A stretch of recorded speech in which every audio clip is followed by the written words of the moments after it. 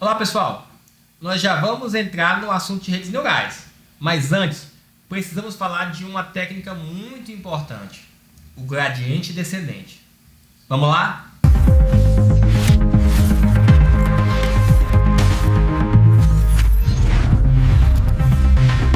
Na essência, todo modelo de aprendizado de máquina pode ser resumido em um algoritmo que atualiza parâmetros de uma função de classificação ou regressão e uma função de erro que você quer minimizar a qualquer custo.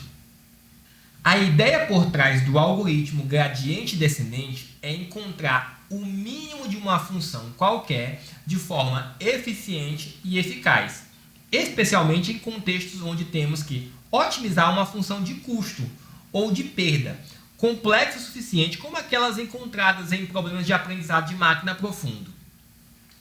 Nesse contexto, queremos desenvolver modelos que façam boas previsões ou classificações, e um modelo será considerado bom se definida uma função de custo ou perda que meça quão erradas são as previsões do modelo em relação aos dados reais e se essa função de erro consegue encontrar o menor valor dos menores valores. Em outras palavras, o objetivo é ajustar o modelo de maneira a minimizar essa função de custo. O gradiente da função de custo em relação aos parâmetros do modelo nos dá a direção de maior aumento. O gradiente descendente usa essa função para mover os parâmetros na direção oposta, ou seja, na direção da maior descida, efetivamente reduzindo a função de custo. Em comparação com outros métodos de otimização, o gradiente descendente é computacionalmente eficiente, especialmente para funções que têm muitos parâmetros, como é comum nas tais redes neurais profundas. E em outros modelos complexos de aprendizado de máquina, claro. É importante explicar isso aqui para vocês, porque o objetivo desse curso não é apenas mostrar código em Python. Vocês precisam saber o porquê das coisas funcionarem como funcionam. Para quando a aplicação for para a produção, tenham a efetiva segurança que ela vai se comportar como o desejado. Trocando em miúdos, o gradiente descendente é um algoritmo de otimização usado para minimizar funções. No contexto de aprendizado de máquina, é utilizado para atualizar os parâmetros ou os pesos no modelo, na tentativa de minimizar essa tal função de custo ou perda, que mede o quão errado um modelo está em termos de previsão. O gradiente é uma noção do cálculo diferencial, e você achando que o cálculo diferencial não servia para nada. Lê do engano, hein? Esse gradiente representa a direção e taxa de maior aumento de uma função. No gradiente descendente, buscamos a direção oposta, a direção de maior declínio, ou seja, o caminho mais íngreme para baixo na função de custo. O gradiente descendente é um método iterativo. Em cada etapa ele calcula o gradiente, a derivada, da função de custo para encontrar a direção de declínio e mover os parâmetros de modo nessa direção por um tamanho de passo definido pela taxa de aprendizado. Em resumo, o gradiente descendente funciona assim. Você deve começar com uma estimativa inicial para os parâmetros do modelo. Isso pode ser feito aleatoriamente ou com base em alguma heurística. Ou seja, você deve selecionar, por exemplo, aleatoriamente os valores de A e B, lá na regressão linear. Em seguida, calcule o gradiente descendente da função de custo em relação a cada parâmetro. O gradiente indica a direção na qual a função tem uma maior taxa de aumento. No entanto, queremos minimizar a função, então moveremos os parâmetros na direção oposta ao gradiente. Por fim, atualizamos os parâmetros subtraindo o produto da taxa de aprendizado pelo gradiente. A equação é assim: parâmetro é igual ao parâmetro menos alfa, a taxa de atualização, vezes delta do parâmetro vezes o gradiente. Você deve repetir os passos de cálculo do gradiente e a atualização dos parâmetros até que a função de custo esteja suficientemente minimizada, ou um número máximo de iteração seja alcançado. Por exemplo, poderíamos utilizar o gradiente descendente para interativamente modificar os coeficientes a e b de uma regressão linear. Poderíamos não. Podemos e vamos fazer isso no código. Vem comigo! A regressão linear, ela busca encontrar a melhor reta que representa uma relação entre variáveis. Então, se a gente imaginar aqui um y igual a x mais b, essa basicamente é uma função da reta. Então, nós precisamos encontrar o valor de a e o valor de b que melhor represente a relação entre x e y. Nós já fizemos isso em vídeos passados. Para verificar isso, nós vamos utilizar uma função de erro, o erro quadrado médio, MSE. A fórmula é, dado JA e B, é a soma, o somatório da diferença do y real para o y predito. Elevo ao quadrado para potencializar os erros. Então, quanto maior o erro, mais potencializado ele é quando elevado ao quadrado. E eu divido pela quantidade de instâncias, no caso n. Então, eu tenho um erro quadrado médio. Se a gente expandir essa função aqui, y chapéu, nós temos um sobre n, que é o somatório de yi, que é o y real, ou seja, o que eu sei que é verdade, menos a mais bxi, ou seja, o que eu vou predizer pela minha função. Lembrando que o nosso objetivo é encontrar os valores de a e os valores de b que melhor descrevam a nossa relação. O gradiente descendente, então, é minimizar essa função, j de a e b. Para a gente fazer isso, nós vamos calcular as derivadas parciais. Então, a derivada parcial de j em relação a a vai ser menos 2 sobre n do somatório de yi menos y chapéu i. E vamos calcular também a derivada parcial em relação a b. Então, derivada parcial de j em relação a b é menos 2n sobre o somatório de yi menos y chapéu, tudo isso vezes xi.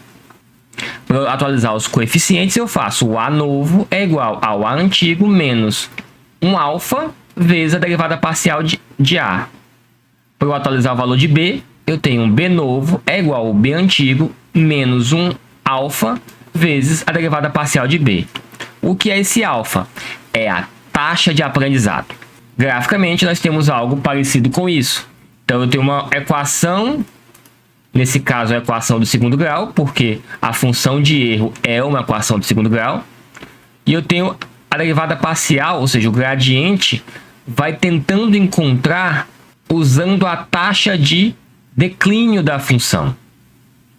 A ideia é chegar num ponto em que eu tenha o erro menor, o menor erro possível, que está aqui no finalzinho dessa função. Vamos implementar isso no código. Nós vamos utilizar apenas as bibliotecas básicas. Import numpy as np. E vamos usar também o matplotlib para vermos os dados. Plotlib import pld. Vou gerar aqui dados sintéticos para ver como funciona o gradiente descendente nessa regressão linear. Então, vou setar aqui um valor do meu seed para 42 e vou gerar dados sintéticos. Número de exemplos. Vou colocar 200 e o meu x vai ser igual a np.random de forma uniforme, vai gerar pontos flutuantes entre 0 e 10 e eu quero o número de exemplos. E quem vai ser o meu y? Vamos pensar numa função matemática simples. Vou colocar aqui y é igual a 4 mais 5x. Então, aqui eu tenho o meu b e aqui eu tenho o meu a, correto? O nosso objetivo, nós vamos gerar esses dados sintéticos aqui, tentando buscar esses dois coeficientes. Vou gerar um ruído para deixar um pouco mais aleatório, então igual a np.random.normal de 0 a 2 em número de exemplos. E o meu valor de y é igual a 4 mais 5 vezes o meu x mais um ruído. Ok, podemos ver o x aqui, todos os valores de x, e podemos ver o y aqui com todos os valores de y. Essa função aqui é segredo, então a ideia é que meu modelo não conheça essa função. Meu modelo só vai conhecer o valor de x e o valor de y. O trabalho da regressão linear é encontrar esses valores, ou seja, os valores que de fato descrevem essas duas relações. Vamos plotar esses dados. Então, esses dados estão distribuídos aqui, linearmente distribuídos, em uma função crescente. Vamos implementar agora o nosso modelo. Para isso, nós vamos criar algumas funções auxiliares. A primeira delas é calcular a predição. Lembra que alguns modelos a gente tem um predict? Aqui é basicamente a mesma coisa. Def predict vai receber x, a e b. Então, ele vai receber o valor de x real e os coeficientes a e b. Time, esse a e b é o 4 e o 5? Não, é o que a gente vai calcular. Então, nosso predict, vou documentar aqui, ele vai calcular as predições usando a equação da reta. A gente sabe que é uma distribuição linear. Então, ele vai retornar a mais b vezes x. Só isso.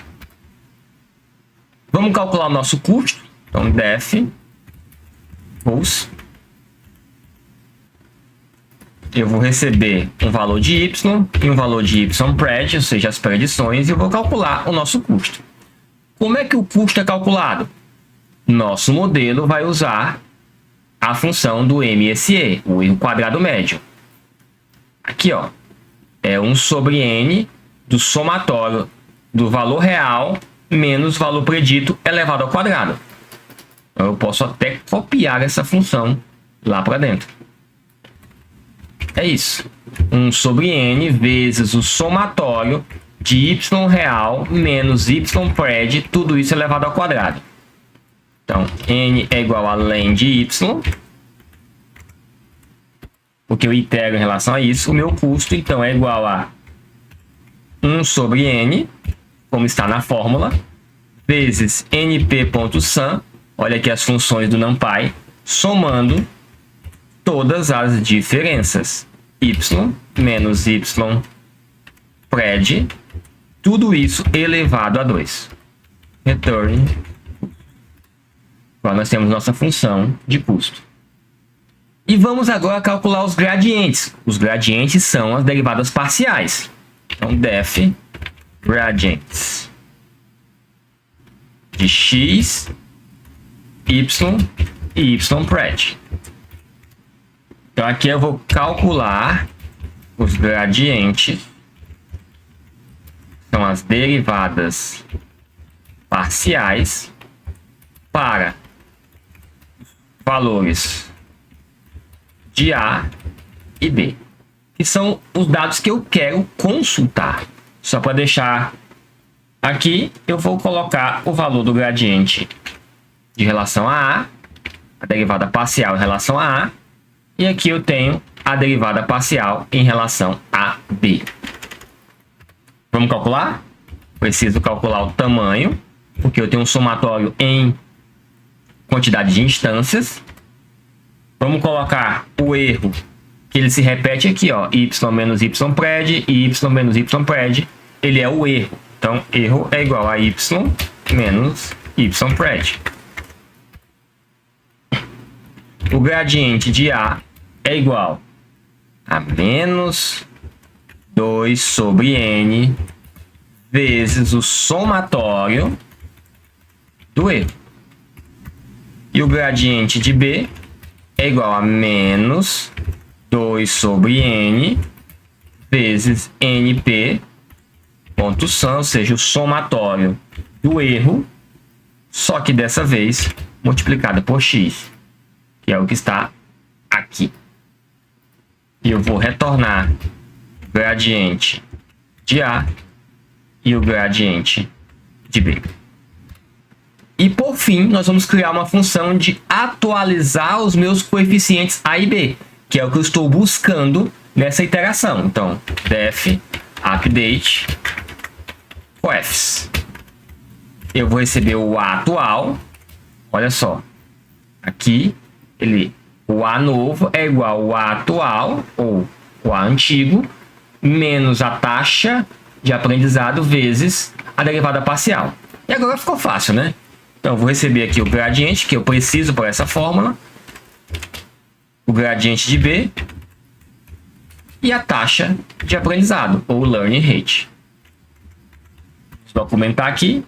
Lembrando que a nossa ideia é calcular um A novo é igual ao A antigo menos minha taxa de aprendizado vezes a derivada parcial. Ficou simples. A novo é igual a A menos learning rate vezes o gradiente de A.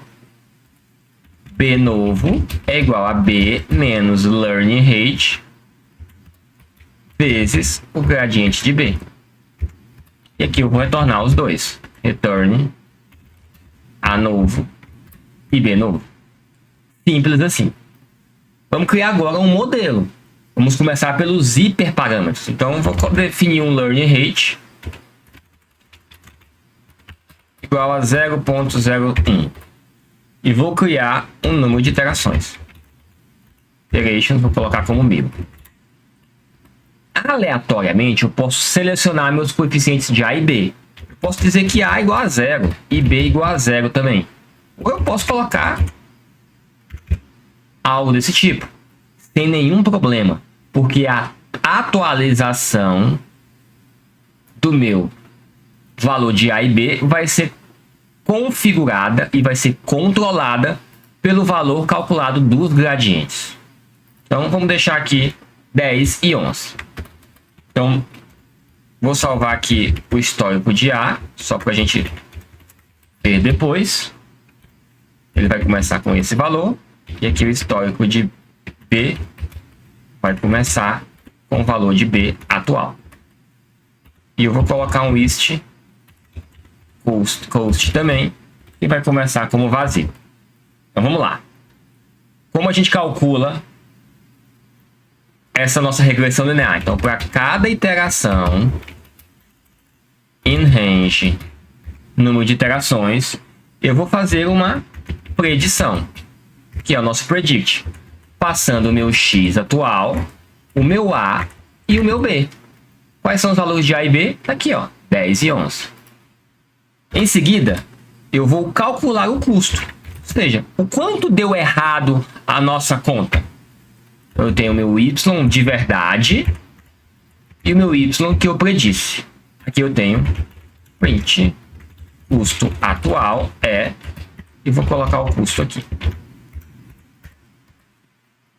Vou colocar este cost.append do meu custo para manter o histórico. E agora eu vou calcular o meu gradiente. Gradiente de A e de B é igual a gradients de x, y e ypred. Ele vai executar essa nossa função aqui. Por fim, eu vou atualizar os coeficientes A e B usando a função updateCoffs. Eu vou passar o A, o B, o gradiente de A, ou seja, a derivada parcial calculada, o gradiente de B e a minha taxa de erro, meu learning rate. E por fim, vou colocar ist underline a.append o novo A e o ist b.append B, colocando meu novo B. Vou colocar um if aqui, if i, que é a nossa iteração, mais 1% 100, ou a cada 100 vezes, eu vou executar esse print. Vou dar um print, colocar o F para formatar, iteração, colocar aqui iteração i mais 1, vamos executar novamente. Então, para cada uma das 100 interações, na centésima interação, o custo era 9 o valor de A 8 e o valor de B 4. Vamos ver quais são os valores reais. 4 e 5. Vamos colocar para iterar por 10.000 vezes. Olha só, demos mais tempo, ou seja, mais iterações para o nosso modelo. O nosso valor de A chegou a 4.2 e o nosso valor de B a 4.9. Algo muito próximo do 4 original e do 5 original. Percebam que em nenhum momento eu informei para o meu código quais são os valores de A e B originais. O meu valor de A e B eu iniciei aleatoriamente. Essa inicialização pode fazer com que a minha convergência do algoritmo demore mais ou menos, mas a tendência é que se os dados forem linearmente descritos, ele consiga chegar a esses valores muito próximos. Quais são os nossos hiperparâmetros? Na verdade, o número de iterações e o learning rate. Se eu aumentar um pouco mais o learning rate, a tendência é que o nosso modelo converja de forma mais rápida. Olha só. Ele chegou a valores próximos de 4 muito mais rápido. Na iteração 400, já chegamos a perto de 4 aqui e 4.8 aqui. Na iteração 1600, 4.2 e 4.98. Então, manteve uma constante depois de então. Se eu diminuir meu learning rate, vou executar novamente, perceba que ele demora muito mais, olha só. Na interação 10.000, ele ainda não chegou perto do valor de A e nem do valor de B. Entende a diferença? Então, essa taxa de aprendizado vai determinar o tempo de convergência. Importante, se ele for muito rápido, ele pode passar do ponto. Tá vendo? Ele não consegue mais interagir em um certo momento. Ele passou do ponto. O custo chegou a infinito. Então, aqui nós vemos claramente que essa taxa de aprendizado pode regular muito melhor o nosso algoritmo ou muito pior. Vou colocar aqui 0.1 para deixar definido. A título de curiosidade, desenvolvi esse algoritmo aqui para a gente ver a taxa, a reta sendo desenhada. Olha só. Então, agora eu posso usar essa função aqui para ver a reta tentando se aproximar dessa distribuição. Vamos lá. Ele tenta ajustar os dados. Ela começou lá embaixo com A e B no valor de 0. Olha só, eu vou até modificar aqui em cima o meu valor de A e B serem diferentes. Então, vou colocar A como 10, que é o que está no nosso exemplo lá. Vou colocar a taxa de aprendizado em 0.001. Olha só, a nossa reta começou com A igual a 10 e B igual a 11. Então, ao dar play aqui na nossa animação, ela se ajustando aos dados, olha só.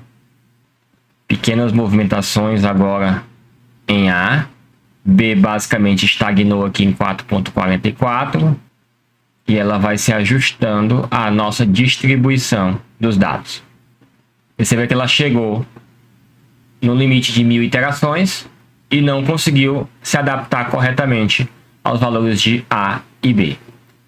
Bastava que eu aumentasse a nossa quantidade de iterações ou diminuísse o nosso learning rate para ajustar melhor a convergência do nosso algoritmo. Importante, a taxa de aprendizado determina o tamanho do passo em cada atualização. Se for muito grande, o algoritmo pode ultrapassar o mínimo. Se for muito pequeno, o algoritmo pode demorar muito para convergir ou ficar preso em um mínimo local. Encontrar a taxa de aprendizado correta é crucial. Métodos como o ajuste manual, a descida do gradiente com taxa de aprendizado adaptativa ou usar técnicas de otimização mais sofisticadas podem ajudar nessa tarefa. Nós temos variações do gradiente descendente, tais como o gradiente descendente em lote ou batch, no qual o gradiente é calculado a partir de todo o conjunto de dados. É estável, mas pode ser lento para conjunto de dados muito grandes. Nós temos o gradiente descendente estocástico, ou SGD, no qual o gradiente é calculado para cada amostra individualmente. É mais rápido e pode escapar de mínimos locais, mas é muito mais ruidoso. O gradiente descendente mini-lot ou mini-batch é um meio termo entre batch e SGD. O gradiente é calculado para pequenos lotes de dados. É geralmente a abordagem preferida para equilibrar eficiência e estabilidade. O gradiente descendente ainda tem alguns desafios a serem pesquisados. Em funções complexas, o gradiente descendente pode ficar preso em mínimos locais ou platôs. Técnicas como momento ou métodos adaptativos podem ajudar a superar esses desafios. Como eu falei, a escolha da taxa de aprendizado é um tabu. Algoritmos como AdaGrad, RMSProp ou ADAM adaptam a taxa de aprendizado durante o treinamento para melhorar a performance e a convergência do teu método. O gradiente descendente é a pedra angular de muitos algoritmos de aprendizado de máquina. Compreender como ele funciona, como ajustar a taxa de aprendizado e como lidar com os seus desafios é fundamental para efetivamente treinar modelos de aprendizado de máquina. Praticar com diferentes funções de custos, taxa de aprendizado e variantes do gradiente descendente pode fornecer uma intuição mais profunda e uma habilidade melhor para aplicar essa técnica poderosa a problemas reais. Eu gostaria de enfatizar que essa teoria matemática por trás do gradiente descendente já foi amplamente implementada nos conceitos de Python, C, C++, Java. O importante aqui é você entender o como funciona. Implementar hoje é relativamente fácil, mas entender o porquê e como funciona os métodos de otimização é importante para você atingir produtos mais confiáveis. Até a próxima!